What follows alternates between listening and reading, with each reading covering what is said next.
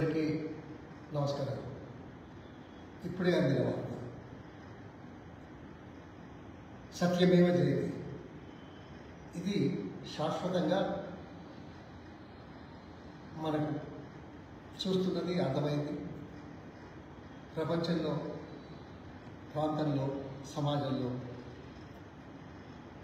సత్యానికి విలువ ఉండాలని చేసే ప్రయత్నంలో న్యాయ వ్యవస్థ ఇప్పుడే అందిన వార్త. కొడంగల్ నియోజకవర్గం లగచర్ల ఫార్మా భూసేకరణ ప్రభుత్వం యొక్క ముఖ్యమంత్రి గారి యొక్క నిరంకుశ చట్ట వ్యతిరేక భూసేకరణ కోర్టులో దాదాపు మాజీ శాసనసభ్యులు ఇంకా 25 మంది దళితులు, పేదవాళ్ళు, కొద్ది భూమి ఉన్నవాళ్ళు మాత్రమే జైలు పాలై బెయిల్ కోసం గత 4 రోజులు కావస్తున్నట్టుగా చాలా స్పష్టంగా ఉంది.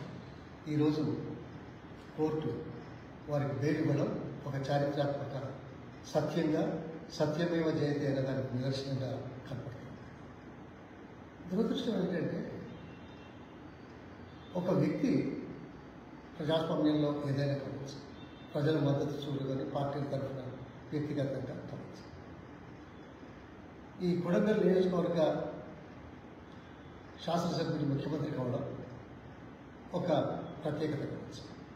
కానీ ఆయన ఒక నెల రోజుల్లో పడితే 3 పర్యాయాలు ఎన్నికల్లో పాల్గొనే ముందు నామినేషన్ వేసేటప్పుడు రాజ్యాంగం మీద ప్రమాణం చేశారు. అదేవిధంగా ఎమ్మెల్యేగా ఎన్నిక కావడంతో ప్రమాణం చేశారు. ముఖ్యమంత్రిగా ప్రమాణ స్వీకారం చేశారు. అంటే 3 పర్యాయాలు రాజ్యాంగం మీద నేను రాజ్యాంగానికి కట్టుబడి ఉంటాను అనే మాట, రాజ్యాంగాన్ని కాపాడుకుంటాను, చట్టానికి ఏది కూడా వ్యతిరేకంగా పని చేయను అని ప్రమాణం చేసిన వ్యక్తి నెల రోజుల్లో 3 సార్లు చేసిన వ్యక్తి ఈ దురదృష్టం ఈ రాష్ట్ర ముఖ్యమంత్రి రేవంత్ రెడ్డి గారు. కానీ చట్ట ప్రకారంగా వ్యవహరించారా ముఖ్యమంత్రిగా? 2013 భూసేకరణ చట్టం ఏం చెప్తుందో తెలీదా? 80% మంది సమ్మతి ఉంటే భూసేకరణ చేయాలని ఉన్న నగ్న సత్యాన్ని గుర్తించలేదా? గుర్తించడమే కాదు, అది పక్కన పెట్టేసి మరి నిరంకుశంగా బాధ పెట్టి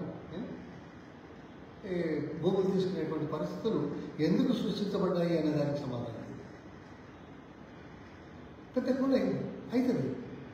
చిన్నవాడు, పేదవాడు, అరెకరము, 2 ఎకరాలు, ఎకరం ఉన్నవాడు, దళితులు, గిరిజనులు, ముఖ్యంగా గిరిజనులు, వాళ్ళ సమ్మతి లేకుండా ఇప్పుడు భూమి, ఆస్తి ఈ చిన్న కుటుంబాలకు ఒక హృదయంలో తరతరాల నుంచి వచ్చినటువంటిది కాబట్టి అది ఉంటుంది. అందుకే చట్టంలో 80% ఒప్పుకోవాలనేది, అందరినీ ఒప్పించి చేయాలనేది ఉంది. కానీ ఆ చేయలేదే.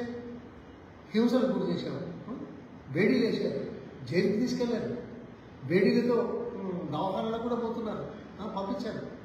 ఇదా వాళ్ళు ఏమన్నా దేశద్రోహులా, లేకుంటే టెర్రరిస్టులా, లేకుంటే గతంలో ఏదైనా చరిత్ర ఉందా వీళ్ళ మీద? మీరు అరెస్ట్ చేసిన వాళ్ళ మీద? ఈరోజు ఇప్పుడే కోర్టు వాళ్లకు బెయిల్ ఇచ్చినట్టుగా ఇప్పుడే వార్త వచ్చింది. బహుశా ఇంకో కొద్దిసేపటికి ఆ పేపర్ కూడా వస్తుంది, నేను చూపిస్తాను.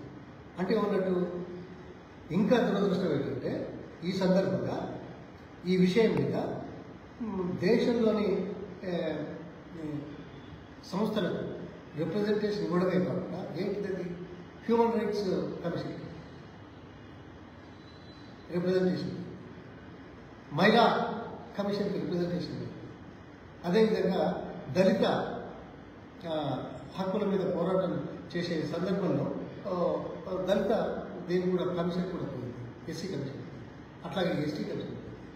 ఎప్పుడైనా 4 కమిషన్లకు ఈ వార్త చేరిందనేది మనం ఈ గతంలో ఎప్పుడైనా చూసాం. వాళ్ళు కూడా వెంటనే స్పందించారు, వచ్చారు. ఇది ప్రాంతాన్ని విజిట్ చేశారు, ఆ గ్రామానికి వెళ్ళారు, చూశారు, జైలుకి వెళ్ళారు, వాళ్ళతో మాట్లాడారు. సిగ్గుచేటు కదా. ఇవి 4 కమిషన్లు దీంట్లో చర్య తీసుకోబోతున్నాయి, గుర్తించాయి, వచ్చారు, పరామర్శించారు, వాస్తవాలు తెలుసుకుంటున్నారు అనే నెపంతో భవిష్యత్తులో ఏదో జరగబోతున్నది, నేను దీన్ని అతిక్రమించాను, చట్ట వ్యతిరేకంగా చేశాననే దాంతో 10 రోజుల కింద అది క్యాన్సిల్ చేశాడు ఫార్వర్డ్. తర్వాత ఇండస్ట్రియల్ కారిడార్ అని ఇంకేదో పెడతారు. ఇండస్ట్రియల్ కారిడార్ అంటే ఇంకేమన్నా కొద్దిగా వెసులుబాటు కలుగుతుందేమో. మరి వాళ్ళ భూములు కూడా ఉన్నాయి. టీఆర్ఎస్ పార్టీ మా నేతలంతా ఛాలెంజ్ చేశారు. ఇప్పుడేదో నువ్వు 20 లక్షలకు ఇస్తున్నావు, 20 లక్షలకు నీ దగ్గర ఉన్న భూములు 20 లక్షలతో పాటు మరో 5 లక్షలు పార్టీ పరంగా మేమిస్తాము, అక్కడ పెట్టుకోండి, వీళ్ళ భూములు వీళ్ళు కూర్చోండి అని మాట్లాడారు. ఒకటి చట్ట వ్యతిరేక, రెండవది పేదలను అంచువేసే కార్యక్రమం, మూడవది నిరంకుశంగా ప్రవర్తించడం, తర్వాత ఇదేంటి మనం దీన్ని ఏమంటాం very bad as a matter of fact హింస. ఈ రాష్ట్రంలో గతంలో ప్రభుత్వాలు భూసేకరణ చేయలేదా? వాళ్ళు నొప్పించలేదా? లక్షల ఎకరాలు తీసుకోలేదా? ఎలా వచ్చింది? వాళ్ళని ఒప్పించాలి, వాళ్ళకి ప్రత్యామ్నాయం చూపించాలి.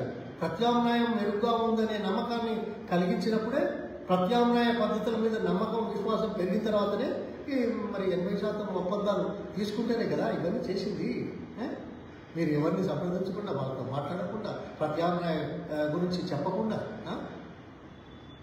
భూసేకరణ చేస్తామని చేసే నిరంకుశత్వ పరిపాలన ఏదైతే ఉందో ఇవాళ చెంపదెబ్బ, సిగ్గుచేటు. వెంటనే రాజీనామా చేయాలి, వెంటనే రాజీనామా చేయాలి, ప్రజలకు క్షమాపణ చెప్పాలి. నీవు ఒక్క రోజు కూడా, ఒక్క నిమిషం కూడా, ఒక్క సెకండ్ కూడా ముఖ్యమంత్రిగా అర్హుడివి కావు. ఎందుకంటే 3 సార్లు రాజ్యాంగం మీద ప్రమాణం చేసి చట్టాన్ని పరిరక్షిస్తానన్న మనిషివి ఇవాళ సమాధానం ఏం చెప్తామయ్యా?